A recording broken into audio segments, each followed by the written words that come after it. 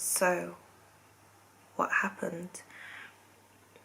I can remember it started around maybe when I was 5, so I was really young. I think it ended when I was about 9.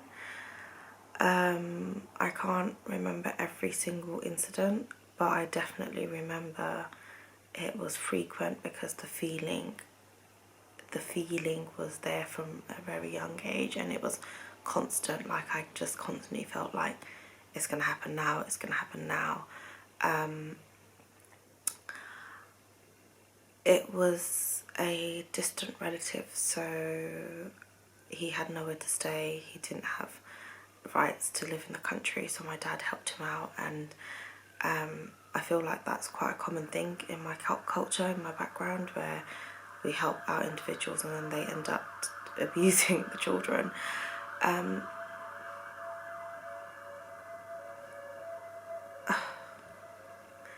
So he eventually left when I was 9, but even when I used to see him when I was maybe 11, 12, like when I was older, he kept asking me, oh, do you remember what happened when you were young? And I used to just be like, no, like, what are you talking about? So there was a lot of like mental abuse that came with it as well. I really grew distance from my family. I felt like they must have known, like, because I was away for long periods, like, or in my head it felt like long periods. So I was really, it really damaged my relationship with my mum. It damaged my relationship with most of my family.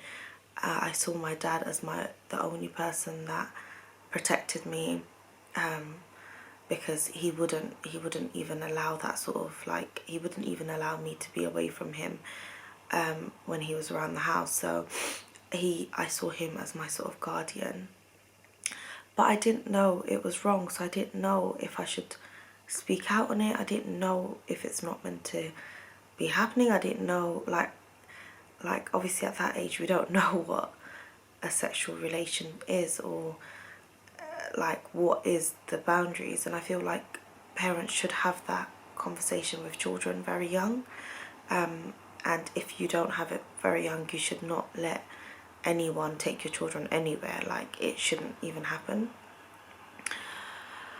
I remember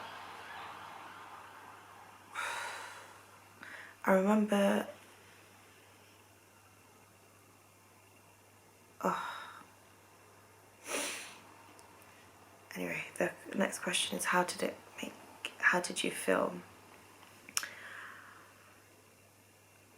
So you feel disgusted. So imagine at that age you feel disgusted with yourself. Like, it really knocks your confidence. You feel violated. Like, you feel violated. Like, you feel there's so many levels of trust that's broken. There's so many, like,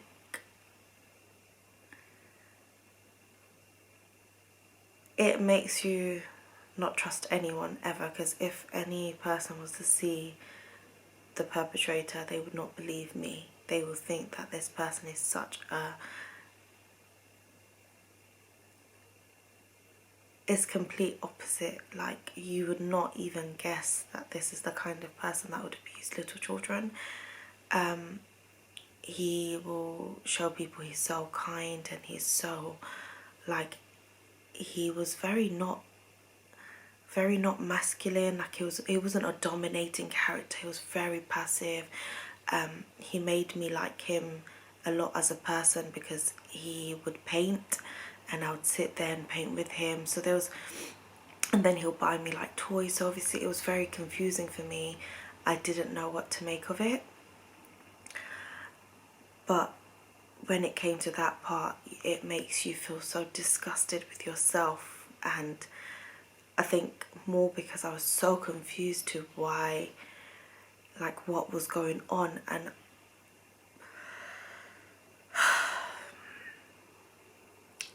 what did I do?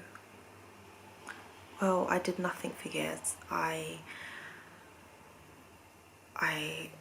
went into depression when I was about 11. I cried to my one close friend about it, potentially, and I did nothing. I just tried coping by myself. I tried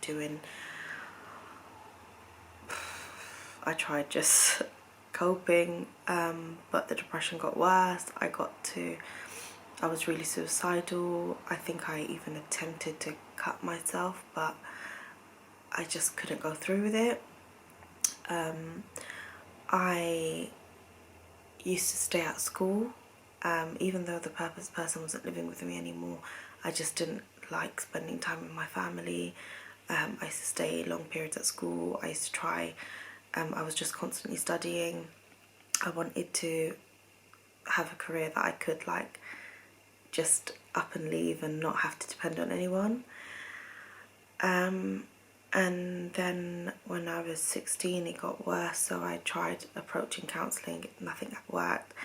Then when I went to uni I stayed 2 years at home, but the last year it got too overwhelming, and I felt like I wasn't going to finish, so I finally moved out. And I felt finally happy because I felt like I had a place of safety, that no one else could come. Because you have to understand, especially in my culture, these people would walk through your doors and your family won't know any better, so they'll let them in. And you could be in your room, you could be sleeping, you wouldn't even know that they've come. They could come at any time and they'll be welcomed, because that's how the Asian culture is. And you know, they could walk straight into your room without anyone knowing, and even if someone was to come in or find out, they wouldn't blame them, they would probably blame me. So it's yeah, so I was trying to seek help for my mental health, because I was getting really really upset and emotional, or I just couldn't trust anyone. So I couldn't do normal dating, I couldn't do casual relationships, I couldn't let a person take me out for dinner and let them pay, because I will feel like they want something from me. So it really messed up a lot of, like, even just social interactions. I have a lot of male friends that I can be friends with, but I don't take conversations of like anything more. It's really messed up my relationship. So even if I did try, I was in like a long-term relationship, and I would constantly feel like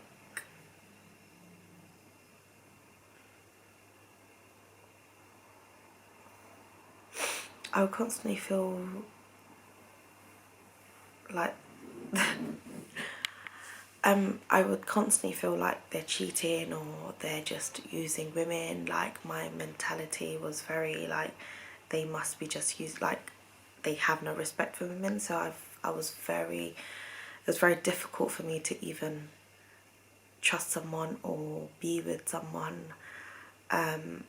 It's really messed up my way of knowing what a normal relationship is meant to be like, if that makes sense. And because of that, I've actively chosen not to be with anyone until I have healed.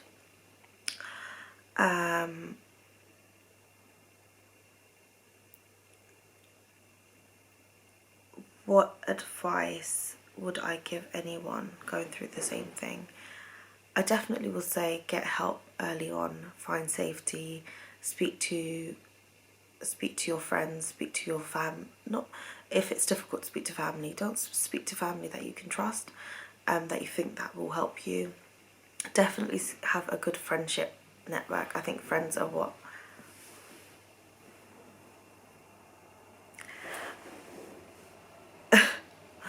I think definitely have a good friendship network.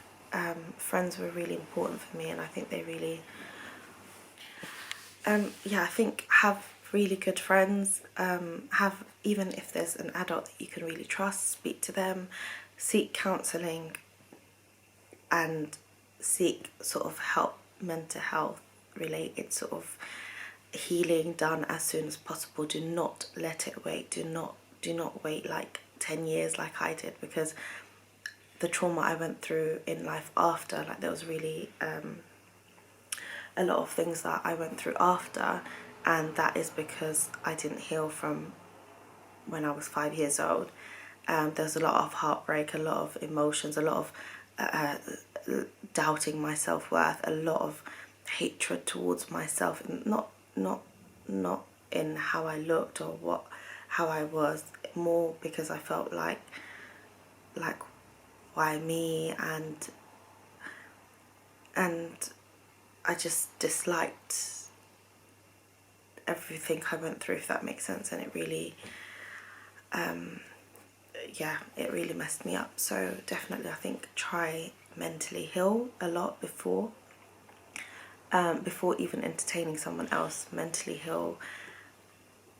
I finally have gone to the police about this, and I've finally gone to the authorities, and I feel a lot better. Whether something comes out of it or not, it doesn't matter for me. I feel like I've spoken to whoever I need to, and I've spoken to also my family, so everyone's on the same page, and I finally had the courage to speak to them. And luckily my family are very supportive. They wouldn't speak about it, but I know if I tell them now, make sure this individual doesn't come, they will make sure that they wouldn't, obviously the culture doesn't allow them to completely, maybe outright do anything to him. But my mum knows, like, not to allow that person. Hopefully she doesn't allow him anywhere, but just for them not to come back to my house, especially when I'm there. Yeah, that's all.